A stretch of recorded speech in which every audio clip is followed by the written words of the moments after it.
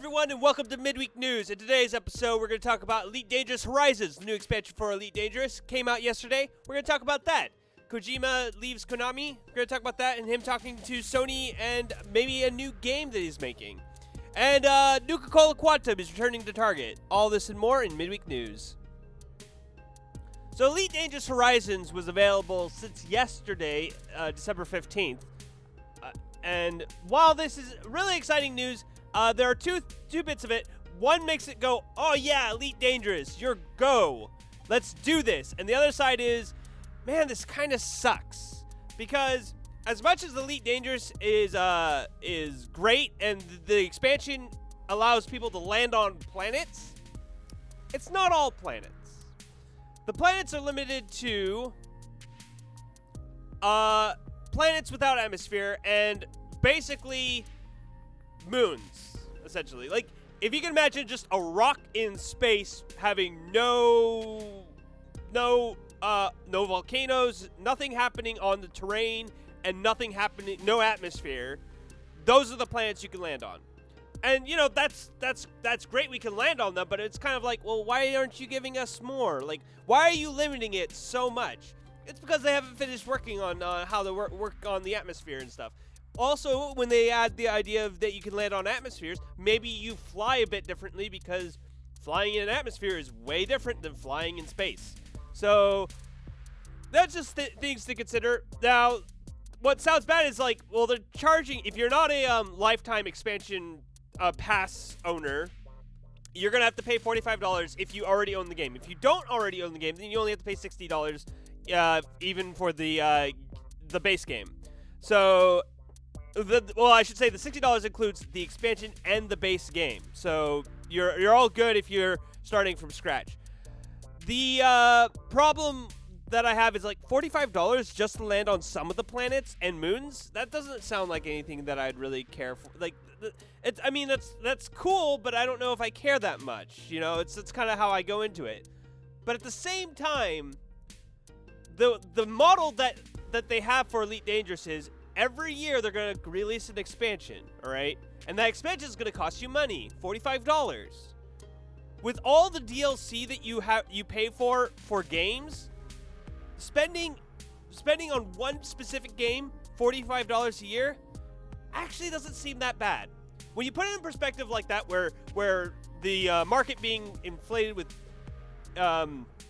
DLCs and microtransactions, spending $45 a year really doesn't sound that bad. So that's kind of where I stand on it. It's like it's not a bad price. It's more like, well, can you give us a little bit more? And they will eventually, maybe. We'll see. But overall, I'm gonna say I've come to agree with their pricing. I when I first heard it, it was like, oh man, it sucks. But I've come to understand their reasoning behind it. Metal Gear Solid creator Hideo Kojima no longer is working for Konami. We've all known about this since October, but it is official now that he is no longer employed by Konami, and he's already talking to Sony about making a new game. And this is all speculation, I believe, on the part of what game, or if he's going to be making a game for Sony. But you know, there's no reason why, as soon as someone leaves a company like Konami, like Hideo Kojima, could get a job anywhere he wants. Essentially, if he wants to work for Sony, he can work for Sony. Sony will hire them. They'll pay him whatever, because he created Metal Gear Solid 5 or Metal Gear Solid in its entirety. He's valuable. Something that Konami doesn't seem to realize, but you know, whatever. There is some controversy here though with Konami. And if you want to insert your hashtag fuck Konami, I'd wait a little bit just to hear this.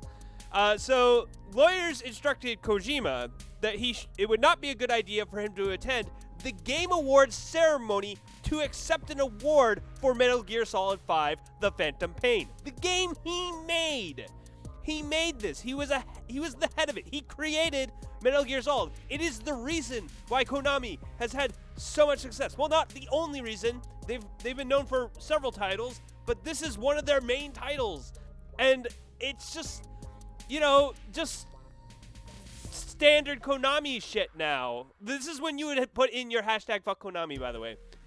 So, yeah, Konami, screw them. You know, whatever. They're gonna run themselves down into the sewers.